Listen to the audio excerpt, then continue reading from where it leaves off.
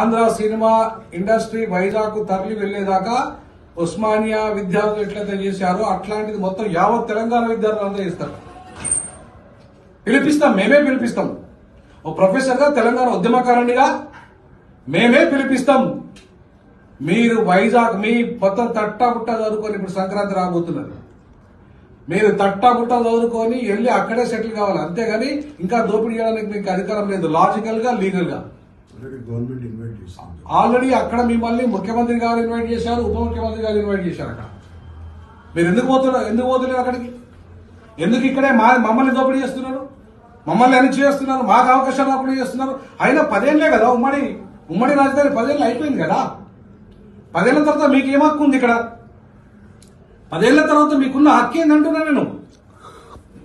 మీకు ఎలాంటి హక్కు లేకపోయినా ఇక్కడ మా అనే పేరు మీద, అంటే ఇవాళ తెలుగు అనే పదం పేరు మీద, తెలుగు అవసరం లేదు మాకు తెలంగాణే కావాలి.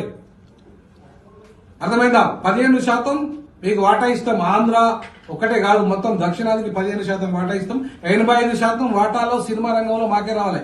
అది సినిమా హీరోల నిర్మాతల, లేకపోతే ఇంకా ఏది చిన్న కార్మికుల నుండి మొదలుకుంటే 24 క్రాఫ్ట్స్ 85% వాటా మాకే ఉండాలి. మీ స్టూడియోలంతా అక్కడ పెట్టుకోపోండి వైజాగ్ లా. మాకు మా ప్రభుత్వానికి స్వాధీనం చేయండి, లేదా మాకు లీజుకి ఇవ్వండి. మా తెలంగాణ డైరెక్టర్లకు లీజుకి ఇవ్వండి, మా మ్యూజిషియన్స్ లీజుకి ఇవ్వండి, మా తెలంగాణ సినిమా హీరోలకు లీజుకి ఇవ్వండి. ఇవాళ రేవంత్ రెడ్డి గారు మిమ్మల్ని మేము రిక్వెస్ట్ చేస్తాం.